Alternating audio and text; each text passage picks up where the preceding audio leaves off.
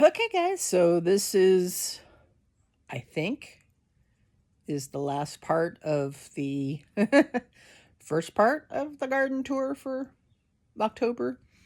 Um, like I said, probably on part one, that I hadn't intended to ramble as long as I did, but there you go. So here comes the rest of it. Thanks. Okay, so these guys, they're a little tall for me, but these are some planters that my dad built for their garden over there that they aren't using anymore. So he brought them over here, and so custom built frame job with little supports so that the actual containers have something to rest on, won't get too heavy and then bend and break and fall down and all that kind of stuff. Haven't filled them up yet. This side I do have the little black containers. I believe these guys are these like cement mixers, things for. But anyway, my dad got these at Lowe's, drilled holes in them. You can see that. And then generally what you do is I will lay screening over the top of the holes so that dirt isn't quite as apt to fall through. But this way it allows good drainage, and then I can put soil. This is about maybe 8 inches tall. So good for things like lettuce and radishes, bush beans, the smaller not baby, but the shorter carrots, anything that has a shallow roots would go really good in here. Just have to pay attention to making sure the soil is moist and keeping it fertilized, since it's not touching the ground and able to get nutrients through its roots. But these guys were nice and steady and stable. The containers that fit in here during the hurricane since they're not filled with soil, got blown out. See, there's one of them over there and one of them over there. I haven't bothered putting them back in because, I don't have the soil for them. So just in case another wind comes up, I don't have to go chasing them into the next town. All right, so here's our Vigo bed. So, am I happy with the Vigo bed? As you can see, the soil has settled big time. I had some cover crops in here. I did Phacelia, buckwheat, and crimson clover. Unless the crimson clover is coming back. I don't know if these little seedlings, if that's crimson clover coming back. Don't know. But this is a cantaloupe that I grew from seed. And over there is a butternut squash. You can see the little thing. So didn't do that great. This dang little cantaloupe just keeps on trying. It keeps flowering. I don't think it's going to have enough time to set off. So there's 2 cantaloupes on here, but you can tell they're kind of damaged. And so is the little butternut squash that's surviving. Those are not supposed to be the teeny tiny little butter babies or anything like that. That's supposed to be a full-grown butternut squash. So I'm thinking I didn't have enough nutrients in here. And I'm not surprised since, I just filled it up, in April or so. So, gonna just work on getting that amended for next year. Or actually, I need to get stuff in here, get some more soil in here, get it fertilized, because my goal is I'm going to do my garlic in here, and I have some bunching onions that I'm going to try. I grew them from seed. I'm going to try planting them out here and overwinter them and see how they do.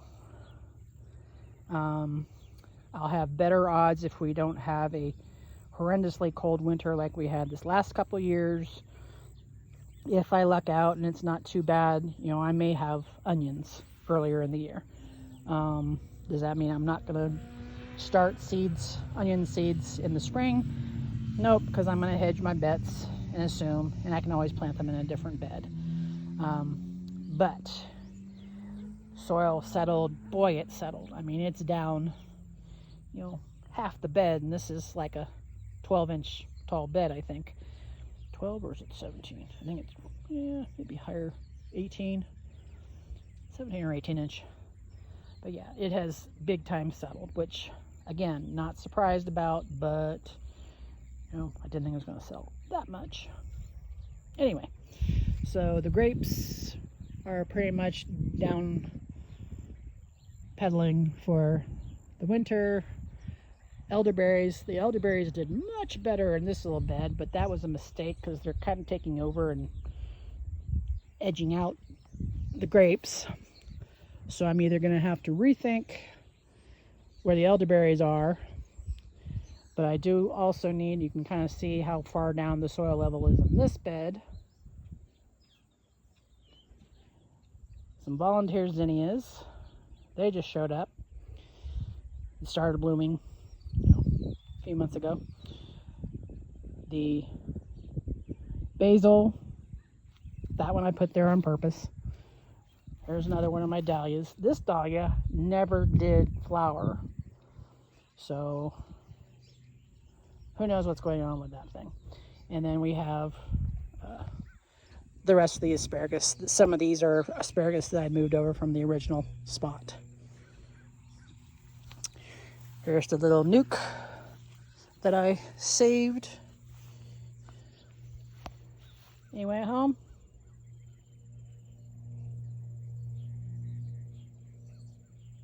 Have to go check them. So this is a bed that I had tomatoes on that side and then peppers on this side. Tomatoes I pulled out a long time ago. Still got peppers going, but they didn't do as well as the ones that I put under the shade cloth. So lesson learned. From now on, we're doing shade cloth. And what my plan is, if I can possibly do it, is, hello, black clouds. Are you going to rain on me again? And then, of course, holy basil, that's pretty much taking over. So what I plan to do is put up strategic T-posts in places along here, and then get like tomato stakes that I can attach the tomato stakes. And I'm talking about the green has a core of metal surrounded by either green rubber or green plastic with ridges on them, and attach them so they're a little bit higher up so they can go up like 8 or 9 feet. So at the very least, I can walk underneath it with ease. Should not be difficult since I'm short, but still. And then kind of do get a larger shade cloth. So from this side to there is 8 feet. That's about 5 or 6 feet, and then another 8 feet, which about 20 feet. So if I were to get like a 20 by 20 bed, so 4, 6, 10, 13, so I should be able to get from, well, I don't even need it that big because I've already got shade cloth on those two. Do I want to mess with perfection? Yeah, so I might be able to do it with this, from the one that doesn't have shade cloth to over here to this one. So 6, 9, 13, and then 8, 14, another 8, 22. So if I got like a 16 by 16 or a 20 by 20, depending on how expensive they are and what they have available, I might be able to shade out quite a bit of this. This is another bed. These two are 4 by 6 beds. I did eggplants that were doing great guns until it got really, really, really dry and hot. Normally eggplant is good with hot, but they like it moist. And I just, I could not keep up with the water. And they started drying out, getting stressed out, and they got flea beetles starting to die. And then started getting some more rain, so I left them in here just to see. But, you know, more than likely it's not going to amount to anything. So I should probably just go ahead and get them out of there and reset the bed. You can see that one, the soil level is falling on this one too. Always amazes me, no matter how old the raised beds are, how quickly the soil level drops. It's like, where does it go? I mean, are there little elves underneath, you know, digging out and making diamonds out of the soil or something? I don't know. All right, so we have the magic black carpet over here, which is just an area rug that I've had for 15 years. But I throw this guy down to basically, you know, mulch and kill, you know, die back the grass underneath. Unfortunately, with this Bermuda grass and other stuff, they kind of spread. So if there's any kind of buildup of anything that can turn into any kind of organic matter, it can kind of edge over. But I can just pick that up and yank it off, and then all underneath that. So this is a 5x7 area rug, and these are 4x6 beds. So chances are pretty good I'm going to get clean soil. So build another raised bed or get one of the metal beds that'll fit this space. And we're cooking with Crisco. The hard part is filling it with soil, as you probably well know. Okay, so we're pretty much going to get another raised bed over there. Eventually the raised bed here. There's space for another raised bed over here. My other chase tree bush. That's both trees decided they were going to kick into gear this year. Before they were kind of straggly looking, but now they look actually almost ornamental. Before they were looking like, you know, my poor country bumpkin cousin.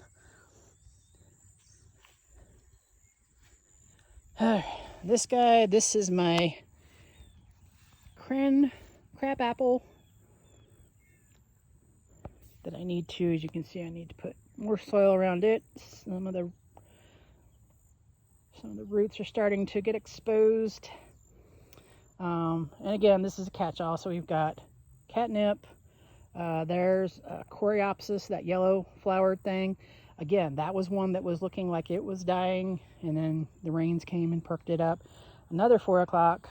I do believe I had 4 o'clocks planted out here, so they may be the original.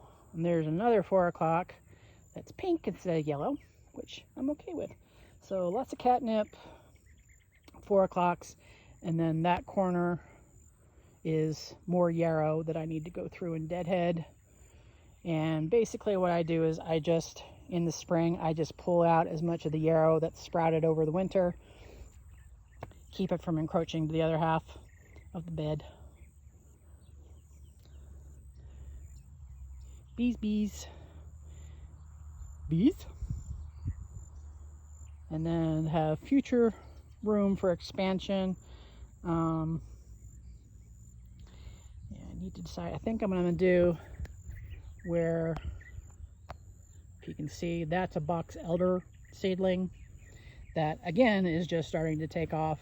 But what I'm hoping to do, okay, let's focus here, Pam, stop moving around, is put down landscape timbers, and then put down cardboard underneath that, and then put down get some just topsoil, garden soil, whatever I can possibly get, and just in a straight line, you know, starting from, you know, where'd you go? Behind that beehive. So behind the beehive, and go along there, catch the box elder in it, go along there until you get to that straggly apple tree that's right there, which by all rights I probably should just get rid of. It's not, I mean, that sucker's been there for 7 or 8 years, and it's not really amounting to a whole lot. It looks kind of pitiful. So I may just go ahead and cut that back. It's sister apple tree seedling looking much better, and that's in the backyard. All right, so I'm thinking that's enough for now. Yeah, that's enough. I need to go ahead and get a drink of water anyway. But okay, this is probably going to be a two-parter, if not a three-parter. So I'll let you know. But I don't think you really want to sit through 6 hours of me rambling on about my silly garden.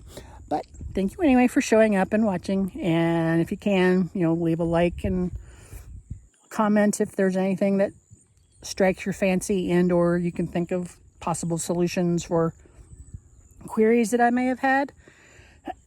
Before I start coughing my head off. And I just remembered I also have a back garden. Maybe we'll do that next week. We'll do that another time. Okay, guys. Thanks for coming and watching, and I'll talk to whoever later. Bye. Oh, yeah, and if you'd like to subscribe and, bump up my numbers, that would be great, too. Just it'd help.